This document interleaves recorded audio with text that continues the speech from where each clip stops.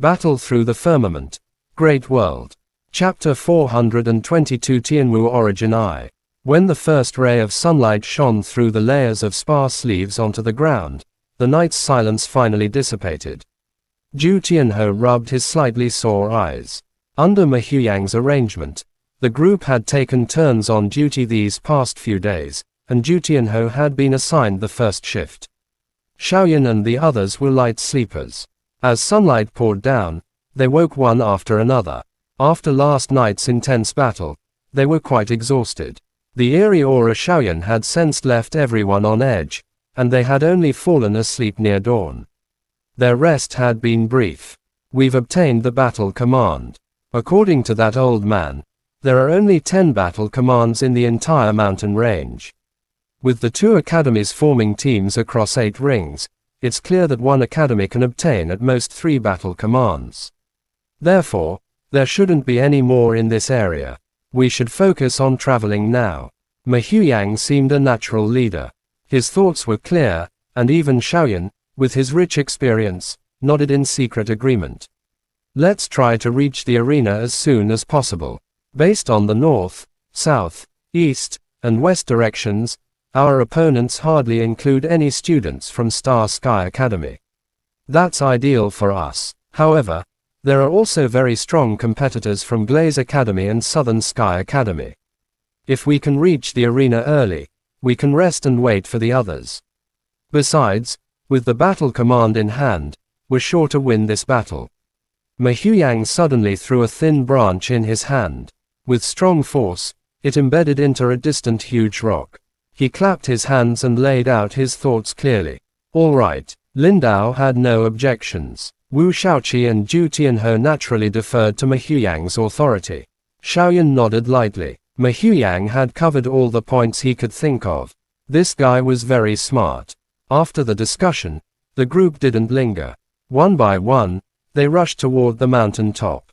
Having deviated from their original path while escaping last night, they now had to cross rivers and feel their way over rocks, step by step making their way upward, hoping to reach the arena a day earlier than the other 2 academies.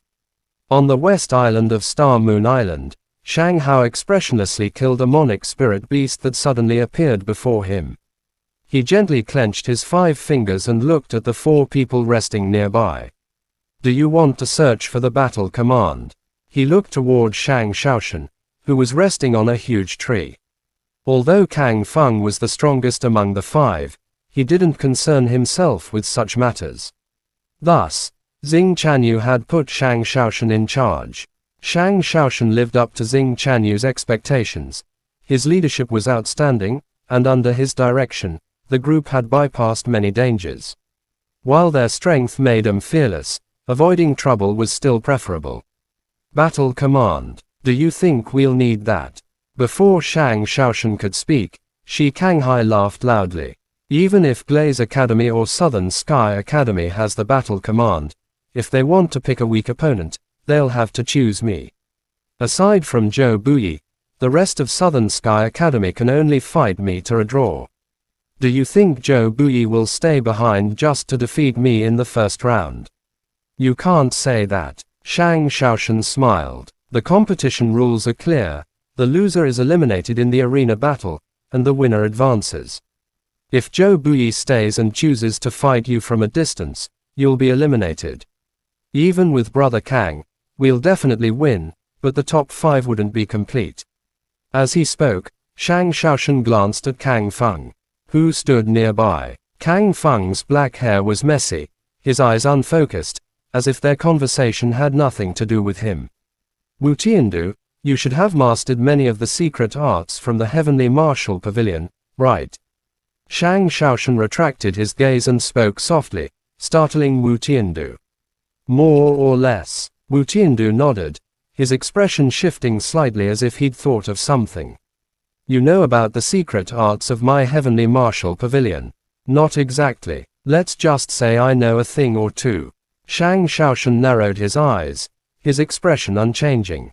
There's a type of secret art in the Heavenly Martial Pavilion called the 7 Styles of Heavenly Martial. It corresponds to the eyes, hands, legs, and body. One of those styles should allow the user to see through anything unusual. Shang Xiaoshan spoke as if listing family treasures, bringing a flush to Wu Tiandu's handsome face. How could an outsider be so familiar with their techniques? Don't be agitated. When Shang Yu from the Shang clan was in the battle domain, he met a powerful expert from the Heavenly Martial Pavilion. That expert gave Big Brother Shang Yu some trouble. After a round of fighting, Big Brother Shang Yu grew slightly interested in the 8 styles of Heavenly Martial and asked a few questions. When he returned, he told the Shang clan elders, "I'm not talented. I only remember this much." He caused some trouble. Wu Tiandu's face twitched slightly. He knew how terrifying the 8 styles of Heavenly Martial could be when mastered. Yet in Shang Xiaoshan's words, this so-called Big Brother Shang Yu made it sound effortless. Shang Hao and Shi Kanghai also turned their eyes to Wu Tiandu, clearly surprised that the Heavenly Martial Pavilion possessed such powerful secret arts. That's right, one of the 8 styles of Heavenly Martial is called the Origin Eye of Heavenly Martial. It allows the user to see the key of all kinds of items.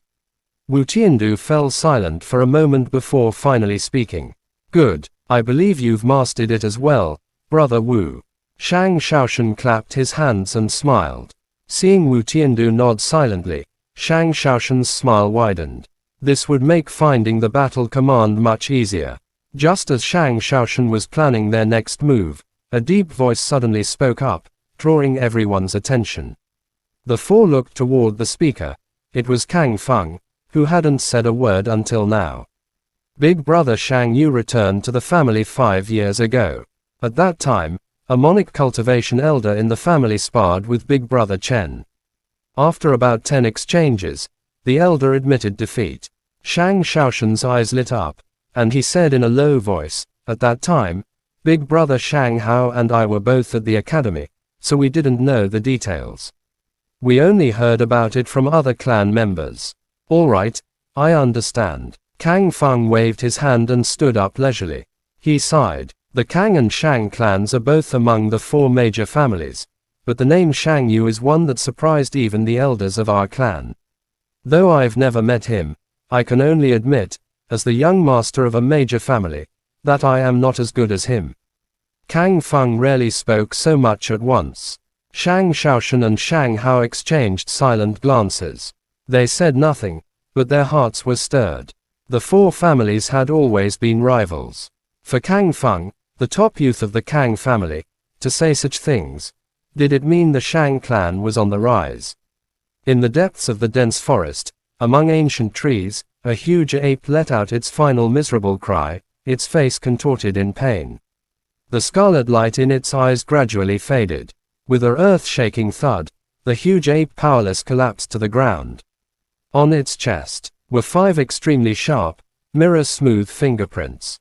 Through the broken chest, a white-haired middle-aged man held the giant ape's heart. He chuckled, glanced at the heart in his hand, and with one hand tore the white clothes on his body to shreds, letting out a low roar, like a wolf's howl, and slammed the huge heart against his own chest. Upon contact, the heart fused into his chest.